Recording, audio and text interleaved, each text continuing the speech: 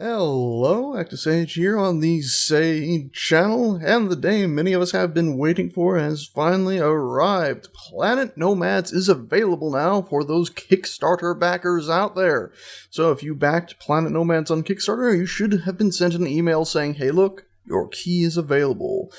Anyway, this game is a sandbox game similar to Space Engineers, if you don't know. Its main objective is you start on a planet, you build, and eventually you're going to be able to go into space. It's currently in very early access. There isn't too much to do. You can build structures, so all this in front of us right here, I've built with tiny little blocks, and there's no... Like in Space Engineers, there's the little grid and the large grid. There's none of that. It's all just one grid type. So we can go ahead and place these tiny blocks like this, or we can press B on our keyboard, click and drag that off there, and go ahead and grab this full block 3x3 instead of just a standard full block. Plop that there, and then we can place that right on top of that. And you can rotate it around. Now, how do you rotate objects? Well, in Space Engineers, you of course use your insert home, page up, page down, end, and delete buttons. A bit odd, but if you bind it to a mouse, it's actually extremely useful. This is designed so that, well, pretty much anyone, even without a super duper mouse with a billion buttons, can use it. I personally prefer the other one just because I have a bunch of keys on my mouse, but I get the feeling a lot of people are really going to like this. And basically, you rotate with your mouse. Scroll wheel. So I'm just scrolling my mouse here and spinning this block about. And by the way, yes, I can place it, just proof of concept, and delete the whole big one all at once. Anyway, let's go back to a smaller one. It's a little bit easier to manage. There we go. You can also just double click to bring them down there. Alrighty, and so let's use something that's a bit more obvious for rotation. So let's use this guy right here. So it should be pretty easy to tell how it's rotating. So you can see rotated about here. Now, of course, just one axis isn't exactly ideal, and if you have a massive issue here where you go from this angle, so it's, well, basically you see the block, it exists as it is right here. When you go onto this side, you'd hope it would keep the same orientation here, but it readjusts, basically, for each face of an object. For each object you're on, it changes its rotation to basically, well, it keeps itself facing outwards from that surface the same way.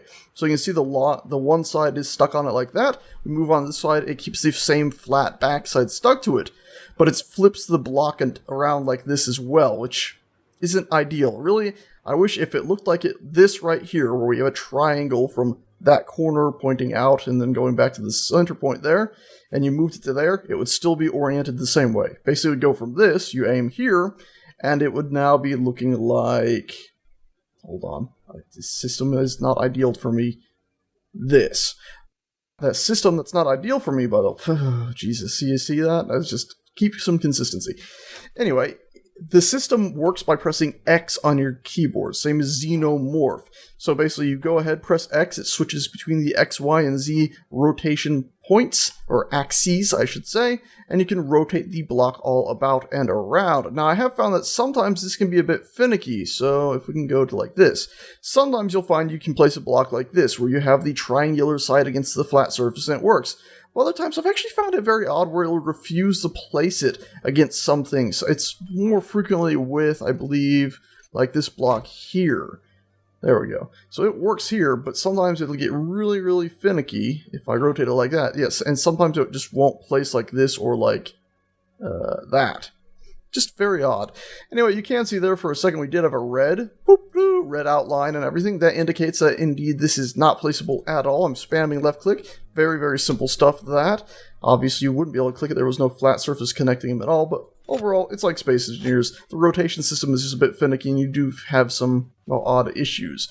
We're going to be talking about the stuff that we see out here in a little bit. For now, we're actually going to go ahead and head to the front door of my little base here. This isn't the front door. That's the front door right there. Now we'll walk up to that, and we can press E on it, and we'll actually turn off our light. Is that moonlight? I guess just a light from our rover over there. Open up the door and walk inside. Ta-da! And the lights come on. And unlike Space Engineers, where you would have to have a sensor block here and rig it up by names and all this technical stuff, this game seems to be going for a less technical, more easy to access approach, where we press Tab on our keyboard, and you see all these green lines shooting out. But you can also go aim at all these different lights, and you can click right there to turn them on, or of course walk up to them and press E on your keyboard to turn on. But you can also disconnect them, where it'll disconnect them from electricity, or you can click this button right here. And this light is currently on manual, but if we click that button, now, as we walk towards it and away from it, I just press tab again to get rid of that overlay, the light will turn on and off when it detects you're near it. They all have sort of a default range. There's no way to tweak that. I personally would like a lot of tweaking, and I quite enjoy fiddling with the control panel and all that fun stuff in Space Engineers, but this process is pretty cool as well. Not to mention all those green lines you see shooting away into this other room. That's all stuff you have to set up, which I really enjoy the idea of having to set up power. These doors, by the way, same function. If we press tab, you can see there's an automated function here. Or you can actually do the power button, and now this door won't function at all. That was me spamming the E button. Anyway, both these doors are automated.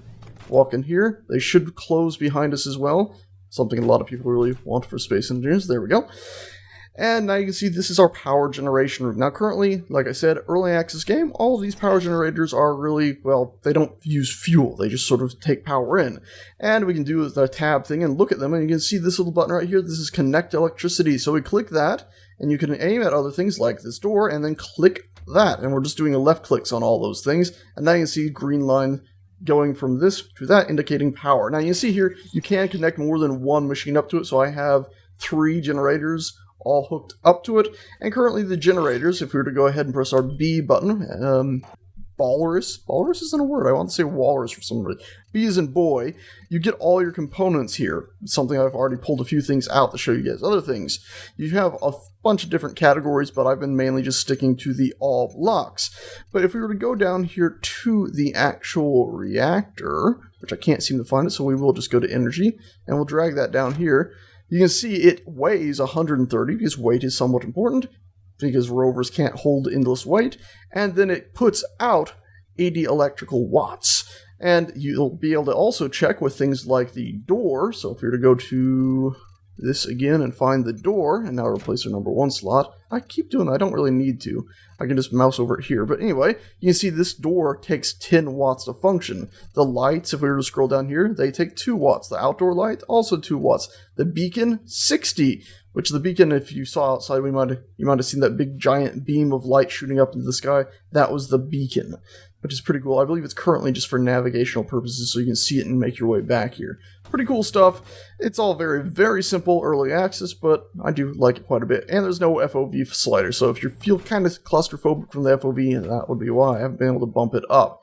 Pretty cool, though. You can see, if you were to press B, we do have a lot of these sloped blocks and stuff, and they're not divided up like in Space Engineers into 2-1, so they're a bit quicker to place. It means you can't get some of the sort of half-block feelings you get, but given the fact that you can build with the 3x3 versions of all these, or the 1x1 versions, you can sort of end up building your own half-block stuff. It's a bit odd, though, currently, because you do have the small version here and the big version, just like the full block and the full block 3x3. Almost all this stuff has its small version and a large version in here. I suspect in the future they'll bound it to a button, or like you'll hold Alt on your mouse, Alt on the keyboard and scroll your mouse, and it'll go ahead and scroll between them. Anyway, let's go through this area right here. Since we've talked about the power, now you understand why there were those green lines coming out of that room going to everything. We're going to walk through here, and we have some more lights turning on. You can see some of the awesome stuff you can do with all these tiny little blocks, and because Space Engineers has a lot of the similar stuff, but I'm doing it here because this game feels like it's designed to let you build large structures with small grids, because everything is technically a small grid. So I don't feel bad about building all these hallways and stuff with all this stuck together. All these lights, of course, are also hooked up to a generator. I found that these generators do have a range, though, like the ones way over there. I plan to have everything going from it, but there's no relays in the game or anything right now, and they wouldn't reach all the way to this door, so I just went ahead and put another generator in right here in its own little alcove. Another thing you'll notice in this room is these little missing points here. There's a few blocks that are just, well, missing from the game that prevent you from doing a lot of stuff. I get the feeling these are some of the similar things that are missing from Space Engineers when it comes to rounded blocks, reminding you why I don't use them so much. Also, of course, on large ships, I really don't like them, but when you're making hallways, you gotta admit, it looks pretty cool having these curved roofs and stuff like that. Anyway, what you would need here is a 2x2 block that would take up, well, this spot, this spot, this spot, and this spot, and basically follow the curvature of that, arching out to make a nice little cap piece. And then this, of course, plain and simple, it'd be rounded right there and then coming down to a tiny little thing. I think I've seen mods that add this in Space Engineers, just hoping the devs actually add it directly into this game since they're asking for feedback. If we carry over here, and pop this door open. I don't have this one automated because it's kind of leading out. You'll see some raindrops. Currently, some of the rain and stuff is going through the ceilings, but the devs have said they're intend to stop that, as well as tweak the lighting and stuff. You can hop down here into a cave that I've dug out, and some glass up there, and you can actually dig in mine in this game. And the way you get your tool out is by pressing T. You don't put it on your standard hotbar, you just press T and you switch between the two tools that you have currently. And I do actually have a light stuck down here, which if we did the tab again, you'll see there is a green line indicating I did hook it up. Pretty interesting stuff. But we'll switch over to our drill, and it's a voxel-based game, like most survival games nowadays seem to be, and you can dig and mine your way through here. And you can press F, as in flashlight, to turn on your flashlight, and go ahead and keep mining your way through here. Something I did find interesting, though, is you can also hold Alt, and we can look to our left and right, and you can see our body there. Our body sort of stays where it is as our head moves. The drill also sort of stays in front of us, but what I found with the drill is it only mines where your actual target reticle is. So you see that little tiny dot in the center of your screen? Well, only mine right where that is. It's almost like it's causing a voxel destruction in a sphere around wherever your pointer is pointing, as long as it's within a certain range of view. Whereas in Space Engineers, the drill in your hand is actually the tool that's doing the drilling. It's actually that tool has to reach things. So this sort of is a mixture of that almost. You have to have the drill, you have to be close enough, but it's really doing it where you're aiming more precisely. Not sure which one I actually like more, really. Either way, though, you can see, voxel-based game. For some reason, we're getting a lot of green down here, but like I said, early access. I don't think they've added really any minerals or anything like that, but you can see you can build some pretty tight corridors, which I actually like quite a bit. And it feels like it goes faster than Space Engineers to me. And it really does feel like a cave. Look at that. It's like, okay, this is a spooky cave. We'll make our way out of here. You might notice also that blue light keeps coming on around me. That is my jetpack, because I can press and hold spacebar, and it uses up my jetpack fuel at the bottom left there. There's a few other zeros there and icons. That's other survival stuff that's not fully implemented yet. Oh, Jesus. Yet, so. Oh my god, our head clipped through a little bit. There we go. Whew. Ah. But that one number at the very bottom is our jetpack fuel, and it automatically regenerates. Anyway, that is the interior and the basic building. So you can see I went through and built all of this block by block and added in our windows and rotated everything around like I was talking about. And you can see all of those blocks are just right here. A bunch of different ones, including, ramped windows and sloped windows, ramps, all that stuff. We even have some fence blocks that I'm not really going to show right now. And we even have these things, a rotating plate, or rotor basically, and then a hinge. Neither of these apparently require power, and neither of these apparently do anything except for, well, what they say on the tin. That's what this odd robotic arm thing is right here, is this is actually a rotating pit there and the hinge there. Of course, unlike Space Engineers, you can't power these currently, so they sort of just sit here. If I could just, there we go, bump it, you can see I've bumped the hinge all the way around. Whoop! It's really hard to push the way I wanted it to. There you go. So proof of concept, it does work, and we can push it and spin it about. I get the feeling in the future there's going to be more to this, including, I'm assuming, being able to power them, but right now I press tab and I can't really hook anything up to them. I put more power generators here and everything, but no such luck with that. Anyway, we also have this beacon thing, which I mentioned earlier, which I'm pretty sure is just so we can more easily find our way back here. And like almost everything else, you can turn a lot of this stuff on and off. Just make sure you got power leading to it. Anyway, what else do we have? Well, that's the majority of building stuff for this game. You can see we had a bunch of different types of windows stuck in there and other little things. The doors, the lights, the basic systems of that. But then we come over to rovers. Now, this rover here, I ran into a bunch of issues with. Meaning it was too heavy, I think, because its wheels sort of, its suspension just sort of failed on me. I took some stuff off, I kind of got it moving, but it sunk down again. But this rover here is successful, so we're going to be talking about this one when it comes to setting up rovers. Now, setting up rovers in this game is similar to Space Engineers, except for they gave you a specific block to start with. This thing here, it's a lifter block. And I'm suspecting in the future it'll actually move, but for the time being, it's just a static block that gives you some serious height. Because you could, in theory, just build your rover with a bunch of these. But for the time being, we'll just use this. And a fair few of these, actually, to get ourselves some height. because there's no hovering with your jetpack as far as I can tell, and sometimes it can be a bit annoying to be stuck on the ground. So go ahead and put these in, and then we're going to go ahead and select, well, what the devs actually suggest doing is this right here, which is to get your cockpit, bloop, and plop it in directly on top of this. But I often like to put a little tiny flooring bit beneath this, but there's not really any point to it, so we're just going to go like that. Next up, we'll stick a few little pieces out here, just set ourselves up a simple rover. We're going to crouch right here and rotate you. Oh, we didn't have to rotate it because it just happened to spin around. It's a very odd rotation system. Like I said, I wish it had more consistency between what faces you're pointing out, because sometimes it can be a bit odd. And then we're going to also go ahead to the back side here and put 2 more like that, and then 2 more like so. Face these down. One odd thing you might notice is that when I'm looking around places, the block doesn't just appear right here and then rotate or anything. It actually transitions from this side to this side. So in Space Invaders, they recently added it so it does the same thing as this, where when you're spinning it, it just sort of, well, it actually has an animation of it spinning about. They don't necessarily have this, and honestly, I hate it, this part right here, and I'm not too keen on this either, the animation for this, in this game or Space Engineers. It always catches me a little off guard. It seems a bit wrong. Guess there's not really anything wrong with it, but this right here, I find can be very disorienting when you're moving about a lot and it's flashing about and changing directions, especially with a big block like this. As you're moving around, just, oh my god, it's flishing and moving and rotating sometimes. And I found another thing, if we were to be aiming over there, we'll press tab to switch to another mode. We'll move right here and we'll press tab again, and you'll see it actually fly from the right side of the screen over to there. Did you see that? I'll do a slow-mo replay so you can actually see it. It transitions from the last point you were looking all the way over to it. In fact, I wonder if we could be looking here, close that out, and we're going to run little whiles away,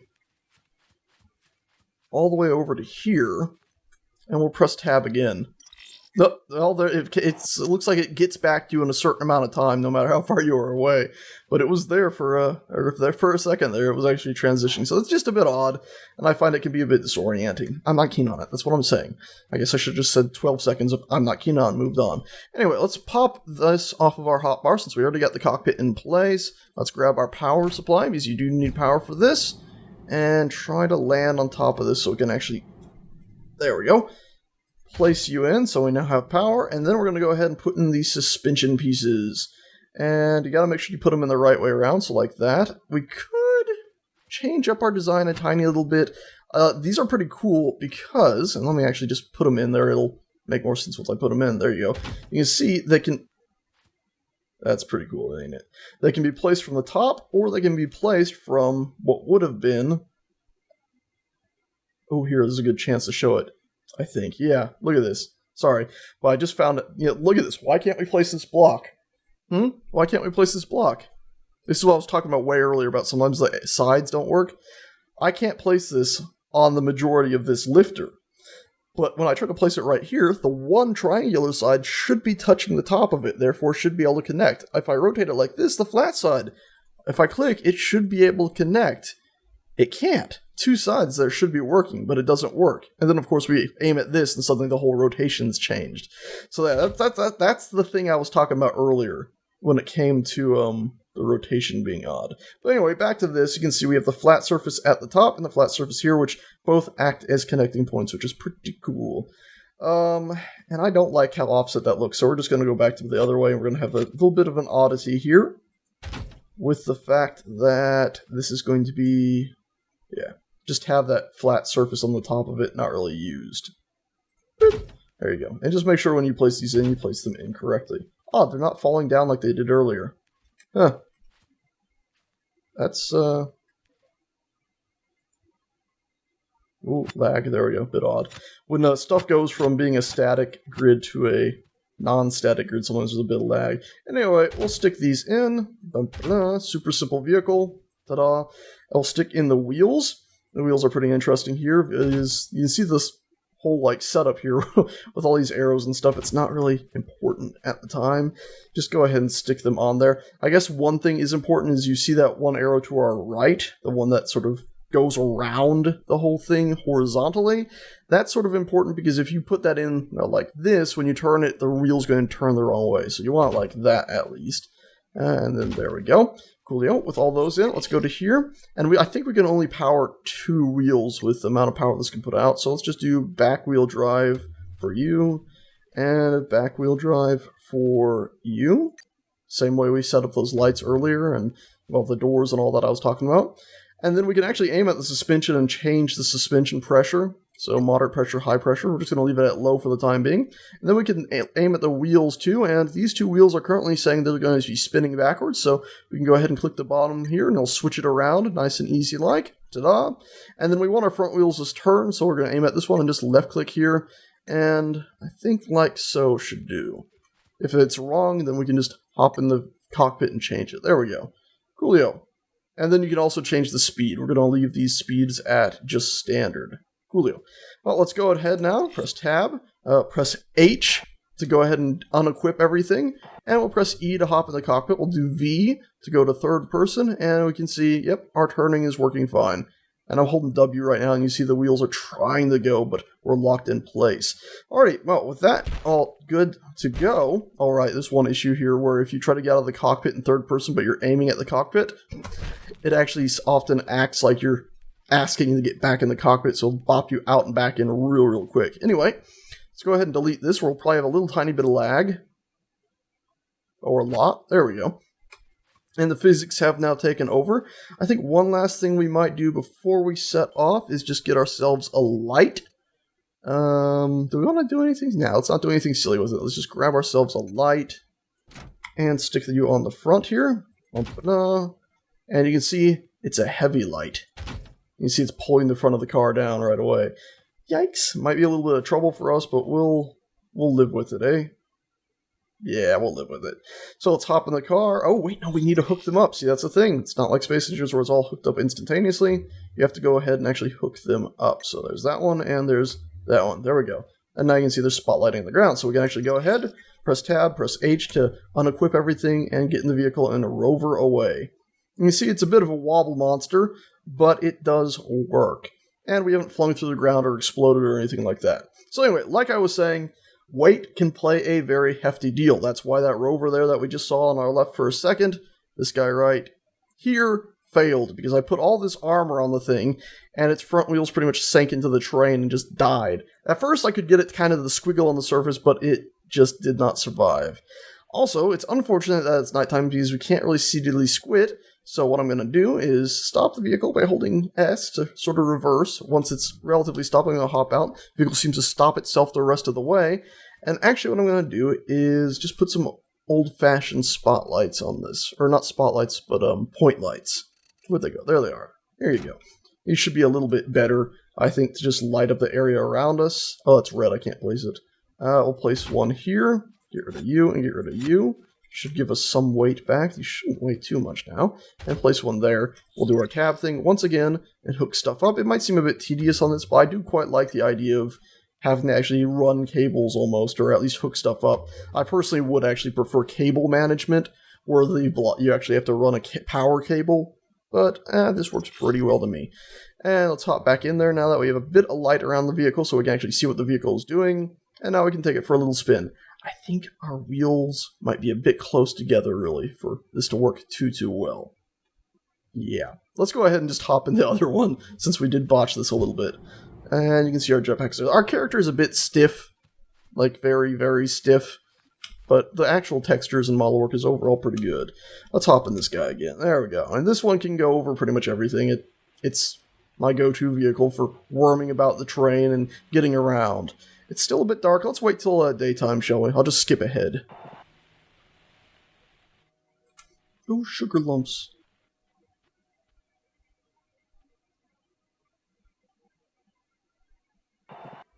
Okay, small interlude while it's still nighttime. Yeah, those lights, the outdoor ones, just be aware, they are very bright, and lots of lights will murder your frame rate, I found. Remember, this is an early access game. Hopefully this, among other things, will be improved. Oh, the sun's come up, finally. So now we can actually go ahead and drive this about, eh? So let's hop into here. Da-da-da. You do have first person if you wish to drive in it. It's pretty cool. Yeah, decent visibility. I really like these tiny little windows here. When I first saw these, I was like, what good are they? But I find myself looking at them quite a bit.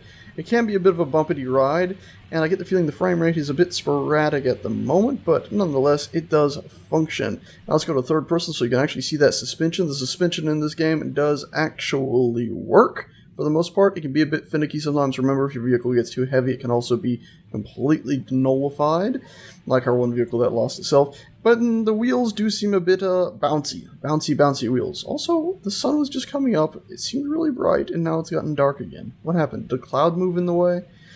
What? The sun, what? We saw the sun! Am I going insane? Was this like the shortest day ever? Anyway, that is the most of this game so far. This is a planetoid. I believe it's actually a spherical planet, and you can explore it all, and there's different regions.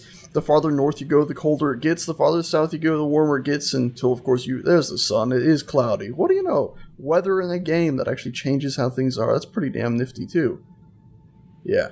So, farther north you go, like I said, the more cold it'll get until you pass the equator. Then, of course, it'll just get colder again going south. Pretty damn cool. Anyway, guys and gals, that's about it for this game. It's pretty simple so far, but they're going to be adding more and more. They've shown a lot of tractored vehicles and stuff like that they want to get working.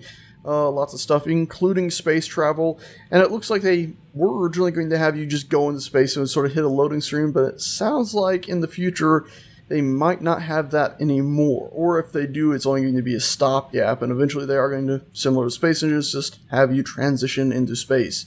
Also, if you don't know, this is a Unity game. This game is built in Unity, so it can look pretty damn awesome. Currently, I don't think the textures are PBR'd, and honestly, a lot of the terrain and the trees and everything is reminding me a lot of, like, 7 Days to Die. Ooh, not particularly gorgeous, but I've seen some other things, a lot of their promotional stuff of really dense forests and stuff like that, that look absolutely fantastic. So hopefully we'll see more of that in the future, or probably a lot of that's already on the planet. I just have to go exploring for it. Maybe make a more competent vehicle than this silly little thing to actually go and, well, find that stuff. Anyway, that is that. Thanks so much for watching. I'll probably do a few more things than this, build a few things, fiddle with a lot of things. And of course, as the game grows, I plan to be doing more content on it. So that is that. Anyway, guys and girls, thanks so much for watching, and I shall see you all next time. Ta-da!